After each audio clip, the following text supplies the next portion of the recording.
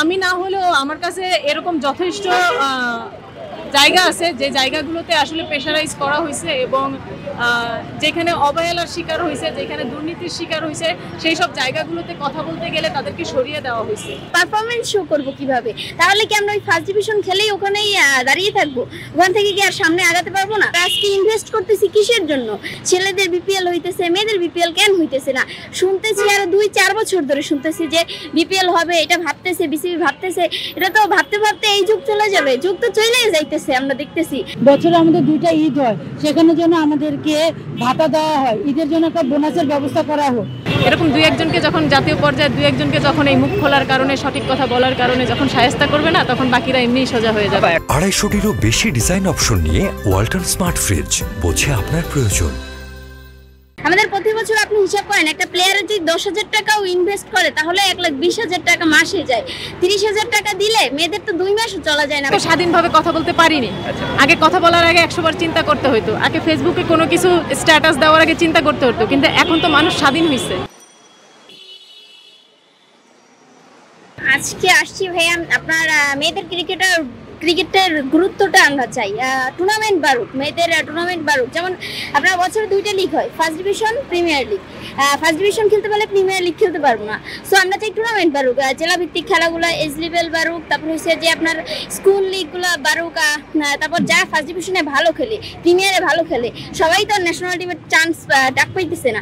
তো যারা ভালো খেলতেছে এদেরকে একটা টিম করুক, এদেরকে নিয়ে বেশিরভাগ একটা টিম করলে আপনার এদেরকে নিয়ে যদি কাজ করে তাহলে এদের আরো ইমপ্রুভ হবে, এরা আরো ভালো করতে পারবে। যদি এই সুযোগটা আমরা না পাই তাহলে আমরা পারফরমেন্স শো করব কিভাবে? তাহলে কি আমরা ওই ফার্স্ট ডিভিশন খেলেই ওখানেই দাঁড়িয়ে থাকবো? ওখান থেকে কি আর সামনে আগাতে পারবো না? আমরা তো চাই সামনে আগাতে, তাই না? আমরা আজকে ইনভেস্ট করতেছি কিসের জন্য? ভালো খেলার জন্য। তো আমরা চাই যে খেলা বাড়ুক, টুর্নামেন্ট বাড়ুক। আমরা সামনে বিপিএল হোক, মেয়েদের বিপিএলটা কিন্তু ইম্পর্টেন্ট। ছেলেদের বিপিএল হইতেছে, মেয়েদের বিপিএল কেন হইতেছে না? শুনতেছি আরো 2-4 বছর ধরে শুনতেছি যে বিপিএল হবে, এটা ভাবতেছে, বিসিবি ভাবতেছে। এটা তো ভাবতে ভাবতে এই যুগ চলে যাবে, যুগ তো চলেই যাইতেছে, আমরা দেখতেছি। তো আমরা চাই বিপিএলটা হোক, আর মেয়েদের ফ্যাসিলিটি দেওয়া হোক, মেয়েদের গুরুত্ব দেওয়া হোক। দেখেন ছেলেদের চাইতে কিন্তু মেয়েদের অ্যাচিভমেন্ট বেশি। তো আমরা চাই যে মেয়েদের আরো ভালো ফ্যাসিলিটি দেওয়া হোক এবং আমাদের নিয়ে কাজ করা হোক। আমাদের নিয়ে আলাদা আলাদা টিম করলে আমরা ভালো পারফরমেন্স শো করার পারফরমেন্স শো করতে পারবো। আমার মনে হচ্ছে যে আসিফ ভাই আসছে, সে ইয়াং, সে পারবে আমার মনে হচ্ছে। আর তার কাছে আমরা আশা প্রাপ্তি যে আসিফ ভাই সম্ভব করুক, যে মেয়েদের নিয়ে কাজ করুক।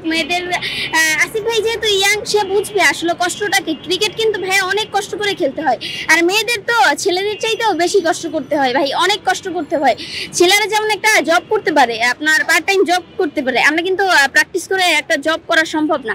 আর এতে আমাদের প্র্যাকটিস করতে হয় ভাইয়া। দেখেন আপনার প্র্যাকটিসের পর জিম থাকে আপনার, তো তখন আমরা জব করার সুযোগ পাইতেছি না। আর আপনার একটা লিগে টাকা দেয় কত? 30-40 হাজার টাকা। আমাদের প্রতি বছর আপনি হিসাব করেন, একটা প্লেয়ারের যদি 10,000 টাকাও ইনভেস্ট করে তাহলে 1,20,000 টাকা মাসে যায়। 30,000 টাকা দিলে মেয়েদের তো 2 মাসও চলা যায় না। বাকি 10 মাসগুলো তো আমাদের নিজের চলতে হয়, নিজের টাকা দিয়ে আমাদের বাবা মার কাছ থেকে আনতে হয়, এরাও তো দিতে চায় না। তো আমরা অনেক কষ্ট করে খেলতেছি জানেন ভাইয়া। এটাই চাই যে আসিফ ভাই আপনি বুঝেন, আমাদের কষ্টটা বুঝেন এবং আমাদের নিয়ে আরো কাজ করেন। আমাদের দাবি হচ্ছে যেন আমাদের টুর্নামেন্টগুলো বাড়ানো হোক। জেলা লিগ, স্কুল লিগ, একাদশী কাপ, এখন বিপিএল মাস্ট, যেন এই টুর্নামেন্টগুলো আমাদের করা হোক। কারণ আমাদের বছরে 2টা টুর্নামেন্ট হয়, ফার্স্ট ডিভিশন লিগ আর premier league. First division league খেলে প্রিমিয়ার লিগ খেলতে পারতেছি না, এতে করে আমরা আমাদের প্রতিভাও তুলে ধরতে পারছি না। বছরে একটা টুর্নামেন্ট দিয়ে আমরা কিছু করতে পারবো না, আমাদের টুর্নামেন্টগুলো বাড়ানো হোক। আমাদের দ্বিতীয় দাবি হচ্ছে যে আমরা যারা ফার্স্ট ডিভিশন লিগ এবং প্রিমিয়ার লিগ খেলে থাকি, আমাদের তো আর কোনো আর্নিং সোর্স নেই, এখান থেকে তো আমাদের সব কিছু। বছরে আমাদের 2টা ঈদ হয়, সেখানে যেন আমাদেরকে ভাতা দেওয়া হয়, ঈদের জন্য একটা বোনাসের ব্যবস্থা করা হোক। তৃতীয় দাবি হচ্ছে আমাদের যে ওমেন্স উইংয়ে যারা আছে তাদেরকে চেঞ্জ করতে হবে, এখানে নতুন কমিটি করতে হবে, লয়াল এবং অনেস্ট পারসন আনতে হবে।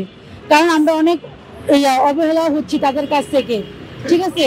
যেমন ধরেন প্রিমিয়ার লিগ, ছেলেদের কাউন্সিলর আছে, তারা লাখ লাখ টাকা পাচ্ছে, আমরা মেয়েরা আমাদের কোনো ওমেন্স কাউন্সিলর নেই, এই জন্য আমরা প্রিমিয়ার লিগে আমরা ওরকম টাকা পাচ্ছি না। খারাপ খেলে আমাদের টাকা কেটে দিচ্ছে।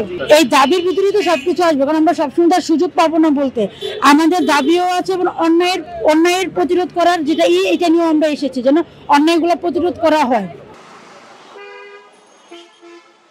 আমাদের দাবি হচ্ছে দুর্নীতিমুক্ত, রাজনীতিমুক্ত একটা ক্রিকেট প্রাঙ্গণ চাই, যেখানে স্বাধীনভাবে কথা বলা যাবে, যেখানে আপনার বিরুদ্ধে কোনো অবিচার হলে আপনি সেটা নিয়ে যদি মুখ খোলেন, কথা বলেন, তো এটার জন্য আপনাকে চিন্তা করতে হবে না যে পরবর্তীতে আপনার উপর কোনো প্রেশারাইজ করা হচ্ছে, এটা নিয়ে আপনাকে চিন্তা করতে হবে না। আপনি প্রেশার ছাড়াই আপনি যেন কথা বলতে পারেন স্বাধীনভাবে। আমি না হলেও আমার কাছে এরকম যথেষ্ট জায়গা আছে যে জায়গাগুলোতে আসলে প্রেশারাইজ করা হয়েছে এবং যেখানে অবহেলার শিকার হয়েছে, যেখানে দুর্নীতির শিকার হয়েছে, সেই সব জায়গাগুলোতে কথা বলতে গেলে তাদেরকে সরিয়ে দেওয়া হয়েছে। আমি নাম বলতে চাচ্ছি না। রিসেন্ট আপনি যদি বছর দুয়েকের আগের জাতীয় নারী ক্রিকেট দলকে দেখেন, তাহলে ওইখান থেকে টপ লেভেলের 2 ক্রিকেট প্লেয়ারকে শুধুমাত্র সঠিক কথাটা বলার কারণেই তাদেরকে ন্যাশনাল টিম থেকে উইদাউট নোটিসে বাদ দিয়ে দেওয়া হয়েছে। যদিও পরবর্তীতে তাদেরকে আবারও ইনক্লুড করা হয়েছে, কিন্তু সেটা তাদের পারফরমেন্সের কারণে। কারণ কি তারা যে লেভেলের ডোমেস্টিকে পারফরমেন্স করছে, তাদেরকে বাদ দেওয়ার আসলে কোনো ওয়ে ছিল না।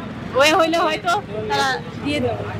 আর এইখানে এরকম 2-1 জনকে এইভাবে আপনার, যখন আমি এটাকে কি বলে আর কি, আসলে শায়েস্তা করা, এরকম 2-1 জনকে যখন জাতীয় পর্যায়ে 2-1 জনকে যখন এই মুখ খোলার কারণে, সঠিক কথা বলার কারণে যখন শায়েস্তা করবে না, তখন বাকিরা এমনিই সোজা হয়ে যাবে। আসলে আগে তো স্বাধীনভাবে কথা বলতে পারিনি।